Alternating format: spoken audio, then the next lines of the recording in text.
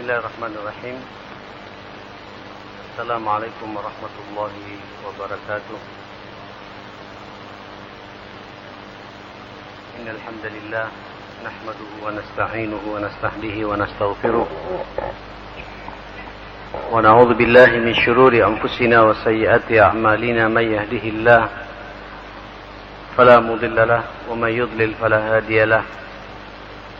أشهد أن لا إله إلا الله وحده لا شريك له وأشهد أن محمدا عبده ورسوله لا نبي بعده صلى الله عليه وعلى آله وصحبه وسلم تسليما كثيرا يا أيها الذين آمنوا اتقوا الله حق تقاته ولا تموتن إلا وأنتم مسلمون رب اشرح لي صدري ويسر لي أمري واحلل عقدة من لساني يفقهوا قولي اللهم إن هذا إقبال ليلك وإدبار نهارك وأصوات دعاتك فاغفر لنا جميعا يا رب العالمين اللهم إنا نسألك فهم النبيين وحفظ المرسلين وإلهام الملائكة المقربين اللهم إنا نعوذ بك من أن نشرك بك شيئا نعلمه ونستغفرك لما لا نعلمه اللهم إنا نسألك الإخلاص والصدق في القول والعمل Bismillah tawakkaltu ala Allah wala haula wala quwata illa billah.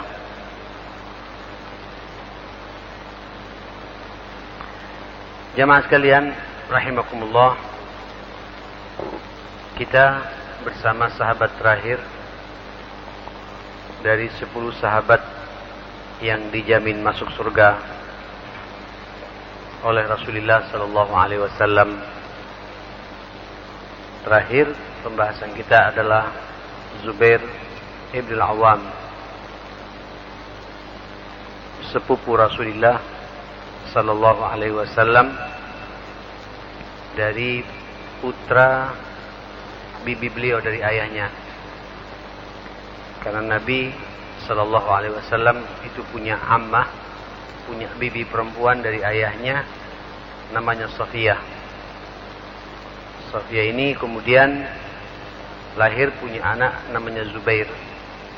Jadi rupanya memang masih ada hubungan kekerabatan.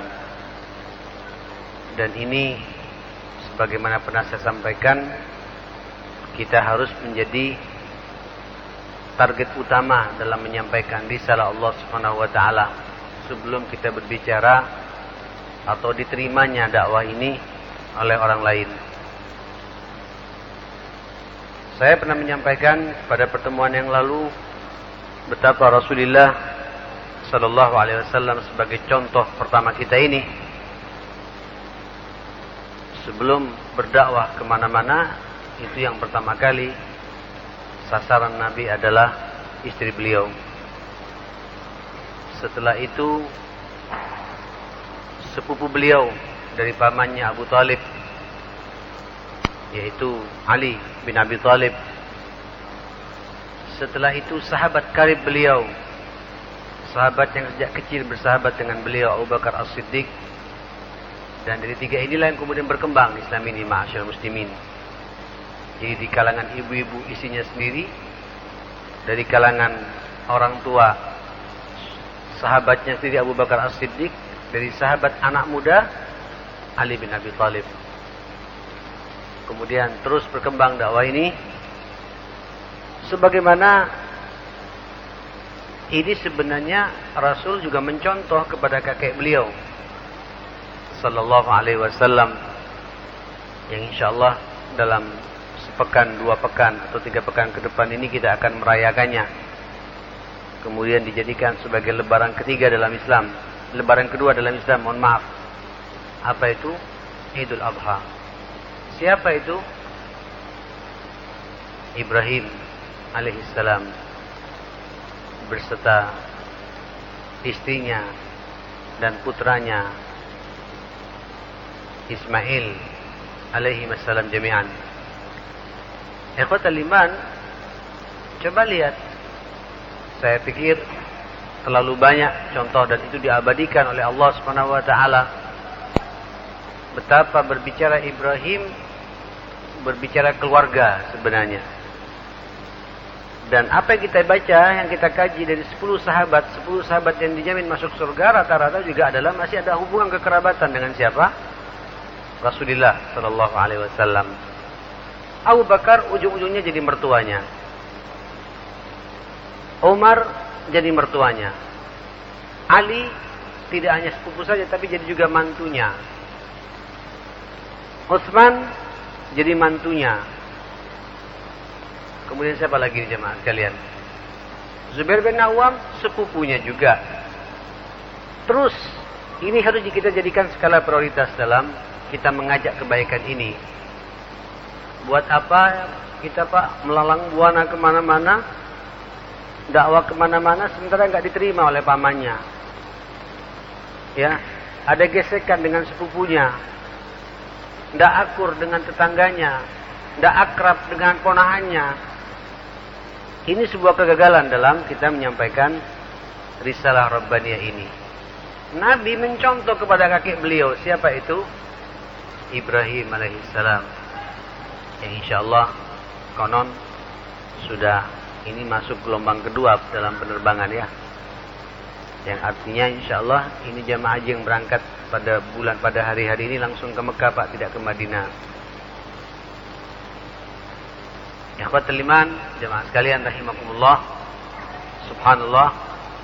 Sebenarnya kalau kita sedikit mau berbicara masalah haji itu berbicara masalah keluarga. Ya, mungkin banyak yang kaget, Pak. Loh kok begitu Ustaz? Saya kalau bicara memberikan tausiah haji, pelepasan haji, ini kayak kemarin juga melepas orang mau berangkat haji. Nasihat saya tidak bicara manasik haji. Yang saya bicarakan haji itu sebenarnya kita bicara masalah pengorbanan. Bicara haji, bicara keutuhan rumah tangga. Bicara haji, bicara akhlak. Bicara haji, bicara ibadah itu sendiri. Kalau urusan manasik, sampean tinggal belajar sajalah. Nanti pusing-pusing di sana ada pembimbingnya, selesai, gampang itu. Ya. Tapi yang terpenting, apa esensi haji? Kenapa sampai Nabi mengatakan ruhul jihad? Lalu apa dampak haji yang dia lakukan? Kalau sampai merenungi apa yang saya katakan tadi, wah luar biasa ini. Mobil khusus bagi yang mau berangkat ini, barangkali ada yang mendengarkan malam ini lewat radio kita. Radio Suara Perak Jaya ini, Radio Mujahidin. Ya, tolong saya selalu menyampaikan ketika berangkat dengan istri, posisikan Anda ini, Bapak ini sebagai Ibrahim baru. Posisikan pula istri kita sebagai Hajar. Kita sedang napak tilas. Ya. Sehingga nanti ketika di sana yang muncul apa ya? Apa yang kita pelajari tentang sejarah Ibrahim kita praktekkan di situ jamaah sekalian. Wah itu Pak nikmat. Daripada kita berangkat sendiri. Kalau sama keluarga itu bisa bergandengan tangan. Ada keakraban, ada romantisme, ada dialog agama yang luar biasa. Ibrahim sebelum berdakwah kemana-mana mampu menata istrinya sampai menjadi istri yang salehah seperti itu. Didikan Rabbani. Ya, tarbiyah Rabbaniyah kepada istrinya. Maka konsekuensi logisnya, Allahu Akbar, kesuksesan Ibrahim yang seperti itu, apa yang terjadi? Allah mengkaruniakan seorang putra yang apa? Yang baik pula. Ismail diabadikan dalam Al-Quran itu. Kenapa? Dari bibit yang baik. Dari semangat suami untuk fokus mengelola istri tercintanya. Nah ini saya mengulangi lagi di sini jamaah sekalian. Tolong kebaikan-kebaikan yang sudah kita rasakan saat ini, macam Bapak malam ini hadirin di Masjid Mujahidin ini, setiap malam rutin menjadi jamaah tetap. Pertanyaan kita, ya apa istriku, bojoku, ya Pak ya, biniku, ya, tang bini kata orang Madura itu Pak ya. Bagaimana ibunya anak-anak ini? Merasakan juga enggak apa yang kita rasakan seperti ini? Timpal Pak. sampean khusyuk di masjid, sampean mungkin berangkat ke Mujahidin jam 3 sudah di sini dan kita iktikaf di sini, tapi istri kita ngorok, Pak. Kita pulang dia masih tidur juga. Gagal kita ini. Gagal kita ini jemaah sekalian. Dakwah ini justru kalau nanti kita ingin berhasil, dan saya berkali-kali menyampaikan, macam saya ini, na'udzubillah, mudah-mudahan dijauhkan Pak. Dan saya berbicara seperti tahadduts bin ni'mah. Saya ini berbicara di sini saat ini, kemudian pembicaraan saya tidak didengar oleh anak saya, tidak direspon oleh ibunya anak-anak. Saya hanya asik dengan dunia saya sendiri, tapi tidak pernah fokus duduk sejenak dengan ibunya anak-anak dan anak-anak juga. Apa artinya dakwah yang seperti ini, ma'asyal muslimin? Dan mudah-mudahan ya, semua ustadz yang ada di Mujahidin ini semuanya Pak, tidak hanya bisa beretorika, bisa berbicara, tapi ilmu yang dia punya mampu dipraktekkan pertama kali buat keluarganya sendiri. Ya, macam Ustadz Muhallimin dengan istrinya Ustadz Hasun, dengan Allahyarhamu, tapi Pak, sudah meninggal beliau. Mudah-mudahan cepat-cepat jodoh pula, tidak apa-apa, boleh kita doakan Pak ya. Kalau saya Pak, terus terang saja, saya lebih setuju kalau beliau juga segera dapat tempat curhat baru ya. Tidak apa-apa itu. Karena kesendirian ini jemaah sekalian tidak sehat juga Pak. Tapi kalau ada teman ngobrol, tempat duduk, bisa saling, itu peluang-peluang kebaikan lebih banyak. Betul Pak. Saya punya paman di situ Bondo atau di mana jemaah sekalian, walaupun umurnya sudah 60 tahun, istrinya meninggal, suruh kawin lagi. Saya justru Pak, cucunya ini Pak yang maksa kawin, kawin. Karena kesendirian itu tidak sehat Pak. Betul jemaah sekalian gitu. Nah, ikhwatul iman rahimakumullah, kita tidak bicara ini. Bicara bagaimana dakwah kepada sekitar kita. Coba lihat bagaimana Rasulullah sallallahu alaihi wasallam, sampai Zubair bin Awam pun juga dijadikan target oleh Rasulullah sallallahu alaihi wasallam, yang kemarin saya sudah menyampaikan, ternyata silsilah darahnya itu ketemu dengan silsilah darah dari ibunya, itu sepupu dengan Nabi sallallahu alaihi wasallam. Kalau ayah Nabi ternyata saudara dengan ibunya Zubair ibn al-Awwam radhiyallahu an, Abu Abdullah ini. Sampai dikatakan beliau tidak hanya sepupu, tapi hawari. Ya, sebagaimana saya katakan pada pertemuan yang lalu, hawari, pembela utama Rasulullah sallallahu alaihi wasallam itu. Kalau kita sekarang Pak, terkadang dengan sepupu banyak enggak kenal Pak. Iya Pak ya. Ya. Banyak enggak kenal Pak, bahkan dianggap orang lain sudah.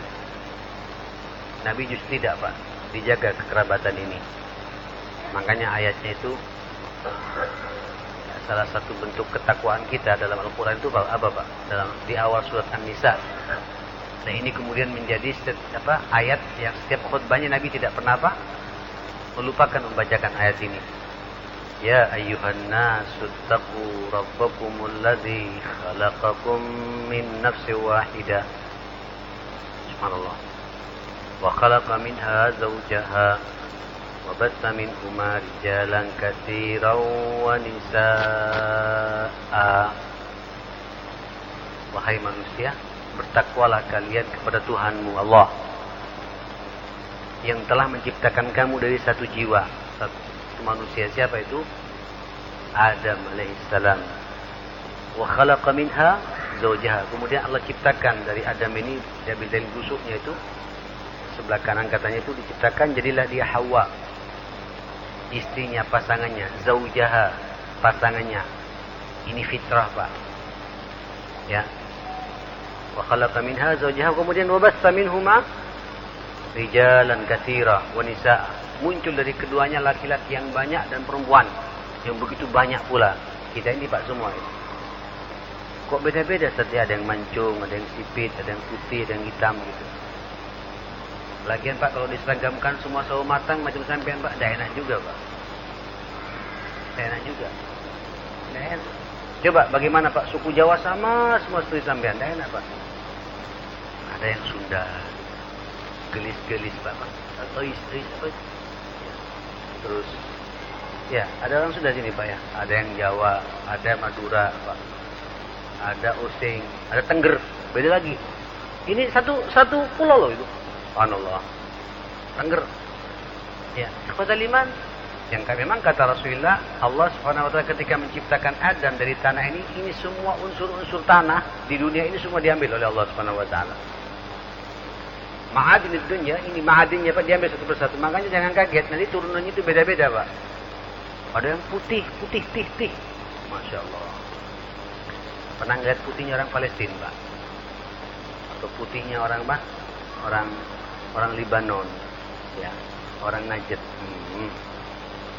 Itu kena air Pak, semakin bersih. Tidak usah sabun, kena airnya saja itu bersih Pak. Kalau ngangkat tangan begini Pak, ini tidak usah tangannya saja yang lihat begini putihnya, itu sudah ada getaran tersendiri jamaah sekalian. Lebet. Wah gawat ini Bapak yang salah. Cuma bayangan saya Pak, terus bagaimana Nabi Allah Yusuf alaihissalam itu Pak dengan Zulaikha, subhanallah. Nanti ada yang dibawanya lagi Pak, kemerah-merahan, putih tapi kemerah-merahan Pak. Putih kemerah-merahan kayak bule-bule gitu. Ada putih bersisih. Ada putih juga Pak, kayak orang-orang di China segala macam, Hong Kong, putih, tapi putihnya putih kayak gitu. Ya. Ada sawo matang macam kita ini Pak. Sawo matang. Coklat tidak coklat, hitam tidak hitam. Wa kana baina dzalika qawama, tengah-tengah Pak. Masya Allah, gitu. Itu pun juga beda-beda. Saya lihat ini ada berapa puluh orang di sini Pak. Wajahnya nggak ada yang sama satu sama lain Pak. Nggak ada. Hatta pin yang dibelah dua itu Pak. Itu masih ada perbedaan juga. Tidak ada persis, tidak ada. Tidak ada manusia yang persis, tidak ada. Itu Allah Subhanahu Wa Taala. Rijalan katsira wa nisa. Nah, namanya manusia sudah beda karakter, beda bentuk tubuh. Kok kesini pembahasannya nih Pak ya? Bicara juga bin Nawam ini Pak. Oh iya, ini kaitannya dengan masalah nasab ini. Tidak apa-apa, biar aplikatif. Itu beda karakter, beda kultur, beda apa lagi ya Mas kalian? Beda tabiat, beda nafsu, beda kecenderungan. Allahu Akbar. Ini sekarang ini Pak. Ada 70 orang di sini jemaah sekalian, nanti ada absennya Pak ya. Ya 60 atau 50 orang. Coba sampean duduk begini Pak. Ini masing-masing kita Pak, itu kecenderungannya beda. Kemauannya beda. Cara berpikirnya berbeda. Ya. Apa Pak? Menghayalnya berbeda. Sudut pandangnya juga berbeda. Nafsunya berbeda Pak. Tidak sama nafsunya, beda-beda Pak. Betul tuh. Baik nafsu makannya, nafsu dan nafsu-nafsu yang lain, beda-beda itu Pak. Sampai semua ingin diajak kepada kesatuan orientasi gitu. Tantangannya memang berat. Makanya kata Allah, wattaqullaha allazi tasaaluna bihi. Bertakwalah kalian di mana kalian selalu memohon kepada. Kenapa? Nanti di interaksi di antara kita manusia ini pasti banyak masalah Pak. Maka sampean perlu banyak memohon kepada Allah Subhanahu wa taala. Karena yang bisa menyelesaikan masalah kita ini siapa? Allah Subhanahu wa taala. Makanya Rasulullah ini jamaah sekalian jenius Pak, paling jeniusnya manusia di dunia ini Pak. Sepanjang kehidupan umat manusia dari Adam alaihissalam sampai nanti akhir zaman tidak ada yang lebih jenius daripada Rasulullah. Dari jahiliyah disentuh dengan dakwah ini nyatu semua Pak, satu perasaan. Kau dulu luar biasa ini. Saya pikir Pak, Mas Surdur Mang ini pengalaman betul di Mujahidin. Dengan gelombang-gelombang naik turunnya Mujahidin seperti ini. Kenapa? Yang dihadapi manusia masalahnya. Anfus. Apa anfus? Jiwa-jiwa, bukan nafas Pak. Tapi jiwa-jiwa nafas-nafas kayak gini. Yang berbeda, beragam. Selalu sampean mohon kepada Allah Subhanahu Wa Taala. Jangan lupa pula, wal arham. Lanjutkan Pak. Bertakwalah pula kepada Allah untuk menjaga keutuhan arham ini. Rahim-rahim ini, kekerabatan ini, Masya Allah. Menarik. Allah tidak mengatakan wattaqur rahim, tapi wattaqul arham. Arham. Rahim-rahim. Ya, ini kayak ini Pak Zaid, Pak Haji, siapa ini? Haji Kok Heng kan ini Pak. Pak Haji siapa ini? Pak Haji Nawir gitu. Dan Bapak semuanya hadir di sini, coba lihat, ini Pak Haji Nawir ketika nikah dengan istrinya, ini sebenarnya beliau ini membawa gerbong keluarga besarnya, istri beliau juga membawa gerbong keluarga besarnya. Sebenarnya ketika nikah itu tidak hanya bertemunya Pak Haji Nawir dengan istri saja, tapi Pak Haji Nawir siap juga untuk berinteraksi dengan gerbong dibawa oleh istri gitu. Siap untuk berinteraksi dengan ibunya istri, dengan bapaknya istri. Kan begitu Pak? Siap untuk berinteraksi pula dengan kakak adiknya istri. Begitupun sebaliknya, istri juga begitu. Siap berinteraksi dengan pamannya istri. Dia punya gerbong besar. Ini disambung menjadi sebuah silaturahim kekuatan yang sangat kokoh jemaah sekalian. Makanya kata Allah dalam sebuah hadis qudsi itu, "Man wasalani wasalahu Allah, wa man qata'ani qata'ahu Allah." Barang siapa menyambungku, Allah nyambung kepada orang itu. Artinya kita menyambung tali silaturahim, Pak. Itu Allah nyambung pada kita. Barang siapa memutus tali silaturahim, Allah putus kepada orang itu. Dan dakwah yang seperti ini, ma'asyiral muslimin, inilah Pak yang kemudian dibidik pertama kali oleh Rasulullah. Keluarga-keluarga dekatnya menjadikan sasaran, Pak. Walaupun ada beberapa keluarga terkadang juga jadi ganjalan ya. Dan hampir semua Nabi begitu. Ibrahim dengan ayahnya langsung. Ya Pak ya. Banyak itu ujian-ujian seperti itu jamaah sekalian gitu. Nuh dengan istrinya, Lut dengan istri dan anaknya, Nuh juga termasuk dengan anaknya. Gangguan keluarga, termasuk juga Rasulullah. Ada juga gangguan dari keluarga dekatnya, tapi itu tidak fenomenal Pak. Tidak kemudian segala-galanya. Dengan siapa? Abu Lahab. Abu Lahab, paman beliau. Ya, paman, saudara ayahnya juga Pak, Lahab. Ayah yang Lahab. Lahab ini Pak, api yang siap untuk melalapnya sekalian. Nah, ikhwatal iman rahimakumullah, ini konsekuensi. Tapi tetap Nabi berharap dia mau menerima risalah ini jemaah sekalian. Sampai ada legitimasi dari Allah Subhanahu wa taala. Tabbat yada Abi Lahab wa tab.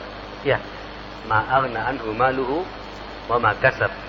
Sayasla naran dzata lahab wa imra'atuh hammalat al-hatab fi jidha hablum min masad. Sama dengan siapa? Nuh. Ketika anaknya juga help, kata Allah, ya Nuh, innahu laysa min ahlik, itu bukan keluargamu. Tapi ini jangan dijadikan fenomena, itu sebuah konsekuensi. Tapi yang lainnya Pak, tergarap keluarga besar ini. Nah, saya berharap ketika kita ngaji seperti ini, Zubair bin Awam masih ada hubungan kekerabatan dengan Nabi, menjadi bidikan Rasulullah, bahkan menjadi hawari, penolong utama Rasulullah sallallahu alaihi wasallam itu. Kira-kira Pak, manakala kemudian kita di sini ada masalah, dibantu nggak Pak oleh keluarga besar kita jemaah? Itu ukurannya Pak. Tapi sekarang ya akhil karim, bicara keluarga, bicara perseteruan ya, bicara keluarga, rebutan warisan. Mohon maaf saya bicara begini. Bicara keluarga, tidak akur Pak. Lalu kemudian kita ingin mendapatkan surganya Allah Subhanahu wa taala. Lalu dakwah akan berkembang kemana-mana. Mustahil. Mustahil jemaah sekalian. Nah, saudara sekalian rahimakumullah, Allahu Akbar, beliau subhanallah masuk Islamnya memang di atas Ali bin Abi Thalib ya. Umurnya 15 atau 12 tahun dan banyak riwayat. Kemudian oleh Nabi langsung dibidik oleh Rasulullah untuk segera dinikahkan oleh siapa, dengan siapa? Dengan putrinya Abu Bakar As-Siddiq yang namanya siapa? Asma Zatu An-Nitaqain. Jalannya sampai terbirit-birit begini Pak, membawa 2 rantang untuk diberikan kepada siapa? Ayah dan siapa? Dan mertua ayahnya dan teman karib ayahnya. Siapa itu? Rasulullah sallallahu dalam kondisi hamil Pak. Allahu Akbar. Aduh, ya, ibu-ibu sekarang ini Pak, hamil sedikit manjanya luar biasa Pak ya. Dulu dalam kondisi hamil tidak takut keguguran Pak, tidak takut apa, membawa makanan, bahkan bekas tanah, bekas kaki Rasulullah dan saya itu dihapus Pak supaya tidak menjadi jejak apa, rekam jejak bagi orang-orang Quraisy yang ingin memantau kemana perjalanan Nabi Sallallahu Alaihi Wasallam, membawa makanan. Naik Pak, naik gunung lagi, tahu Bukit Tur jemaah sekalian. Bukan Gua Hira Pak, Bukit Tur. Ya naik sedikit lagi, tapi gunung Pak. Oh kita goes saja Pak, naik sedikit, goes Pak, ya Pak jalan ya. Naik sedikit. kita punya gue Pak ya. Punya kelompok sepeda ini Mujahidin dan Ar-Rahmah ini Pak. Bagus juga itu, bagus ya. Jadi forum silaturahim ya. Naik sedikit. Ini kita laki-laki. Ini perempuan, ikhwatal iman. Aina nahnu? Tapi saya bilang, tidak usah putus asa, biasa. Ini latihan. Siapa tahu nanti ada jihad yang sebenarnya kita nggak kaget lagi, insya Allah. Siap. Ya, untuk fisabilillah seperti itu. Nah, ikhwatal iman, rahimakumullah. Beliau sampai begitu cintanya Rasulullah. Itu satu-satunya sahabat Nabi, sepupu Nabi yang salla sayfahu fil Islam, yang kemudian dia bawa pedangnya dalam Islam menantang jamaah sekalian di hadapan di Mekah. Hina usyi'an dan Nabi SAW qad qutil, ketika ada informasi bahwa Nabi terbunuh, dia langsung Pak menggunakan pedangnya dan siap pula untuk mencari siapa yang membunuh Rasulullah. Dalam kondisi dakwah yang serius, semua orang pada takut, dia tampil. Ya. Ini hampir sama keberaniannya dengan siapa? Umar Ibn Khattab radhiyallahu anhu. Ya, kalau Umar sebagaimana saya pernah menyampaikan ya, kalau Umar memang Pak tidak ada tandingannya ya. Yang lainnya itu hijrah ke Madinah ngumpet-ngumpet, Umar enggak keluar. Dan didatangi Pak, yang nyangkruk di bawah Ka'bah itu orang-orang kufar Quraisy gitu. Siapa yang ingin cepat istrinya aja ingin jadi janda, silakan kejar aku, kata dia. Apa namanya? Halangi aku gitu. Itu nantang, itu Umar Pak. Makanya Umar, orang yang bersama dengan Umar aman semua jamaah sekalian seperti itu. Nah, ikhwatal iman rahimakumullah, sallallahu alaihi wasallam wa radhiyallahu an li Zubair bin Awam, beliau hijrah ke Habasyah, ikut juga Masya Allah atas perintah Rasulullah di bawah pimpinan Sayyidina Utsman bin Affan, yang juru bicaranya pada waktu itu adalah Ja'far bin Abi Thalib radhiyallahu anhum jami'an. Kemudian pulang lagi, setelah itu kemudian hijrah ke Madinah, ikut juga ke Madinah, dan di Madinah ikut syahidah Badran, perang Badar utuh juga ikut, wal mawaqi' kullaha, wa kana min a'zamil fursan wa asja'ahum. Qala Umar Zubair ruknu min arkanid din. Subhanallah. Ya, dia ikut ke Habasyah, ke Madinah, kemudian perang Badar dan seluruh peperangan dia ikuti. Tidak ada satu perang pun yang tidak diikuti oleh siapa? Oleh siapa ini? Oleh Zubair bin Awam. Ya. Dan dikenal jago naik kuda, paling beraninya sahabat dalam peperangan, sampai Umar mengatakan Zubair merupakan rukun dari rukun agama kita ini. Jadi menjadi penopang betul Pak. Jadi Umar merasa terbantukan betul dengan adanya siapa? Zubair bin Awam radhiyallahu anhu wa radhiyallahu li Umar bin Khattab radhiyallahu anhu. Saudara sekalian, kendati demikian berani, tapi Pak apa ya? Seimbang, memang wajar ya akhi. Kalau kemudian Nabi memberikan fasilitas masuk surga tanpa hisab ya. Tidak hanya berani Pak, tapi juga jud wal karam. Ishtahara bil judi wal karam. Apa jud wal karam ini Pak? Jud. Apa? Suka apa namanya? Suka memberi. Wal karam. Karam ini dermawan. Tak medit Pak. Apa medit ini Pak? Tak pelit. Tak kikir. Dia pahlawan. Dia pemberani, usahanya sukses, dan peduli kepada sesama jemaah sekarang ini. Ini sekarang kan kita ada orang Pak, emang di kita ini kan unik Pak ya. Ada orang pemberani di lapangan, tapi medit sama istrinya. Ada Pak. Ada orang suka berbagi gitu, tapi malas ke masjid gitu. Ada, beda-beda orang Pak. Nah ini memang nyada sempurna. Siapa ini? Namanya siapa ini? Namanya Zubair bin Awam. Dekat dengan Rasulullah, membackup Rasulullah, hawarinya Rasulullah. Ya semua peperangan dia ikut, sampai Umar mengakui keberanian dia, jago naik kuda, tapi juga suka berbagi gitu. Ya Allah.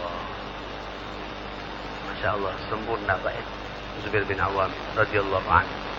Saudara, rahimakumullah, wa ruwiya anhu annahu kana lahu alf muluk yu'aduna ilaihi kharaj ardihi. Yang dikatakan mempunyai 1000 budak. 1000 budak ya. 1000 budak dan 1000-1000-nya itu dimerdekakan semua oleh beliau.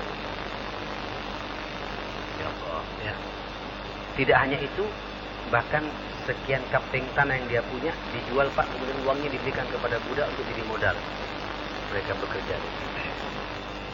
Jadi tidak dilepas begitu saja, karena budak ini Pak kalau tidak punya skill, itu kadang-kadang banyak budak ketika majikannya baik balik lagi Pak, balik lagi banyak itu.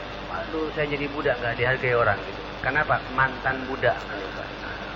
Jadi susah untuk cari pekerjaan gitu. Itu sama Zubair tidak Pak. Selain juga dilepas, kemudian dia jual tanahnya dan uangnya itu dibagi-bagi untuk dijadikan modal bagi 1000 budak yang dimerdekakan oleh beliau. Ya Allah ya. Ini Pak, ternyata orang-orang demikian Pak, semakin jadi kekayaannya Pak. Saya tidak perlu menyebutkan ya Akhil Karim. Ya, ada sebuah contoh real Pak. Pada zaman sekarang ini, pada tahun ini Pak, pada tahun-tahun ini, pada abad ini, pada 20-30 tahun ini jemaah sekalian, ada orang Pak punya perusahaan besar, nggak perlu disebutkan lah. Dia subhanallah, saya perhatikan kenapa rahasianya sukses, kenapa gitu. Pertama Pak, memang sama orang tuanya baik. Orang tua segala-galanya. Terutama sama ibu. Ibu itu sami'na wa ta'na. Apa jare mamaku sami'na wa ta'na. Ba'dallah subhanahu wa ta'ala gitu. Tentunya. Yang kedua, ikhwatal iman, itu perusahaannya Pak, yang jadi manajernya itu jemaah sekalian. Sepupunya, ponaannya, saudaranya. Dan anak sekarang itu Pak, ini semuanya dikumpulkan sama dia, diberi saham Pak. Dan diberi saham oleh beliau sesuai dengan berapa lamanya dia bekerja. Wah, ini bijak. Begitu meninggal dunia Pak, sudah tidak repot-repot lagi bicara warisan jemaah sekalian. Karena masing-masing sudah ada sahamnya di perusahaan yang dia punya. Perusahaan besar di Jawa Timur, tidak perlu saya sebutkan, jadi fitnah itu. Apa yang terjadi saudara sekalian? Ini Pak, sepupunya, ponaannya, itu kok tidak jenuh tak kerja di sini kata dia. Ini aja, aku punya pikiran, aku juga punya gambaran. Ini ada pekerjaan bagus, hampir sama Pak dengan pekerjaan ini. Kau tekuni ini modal.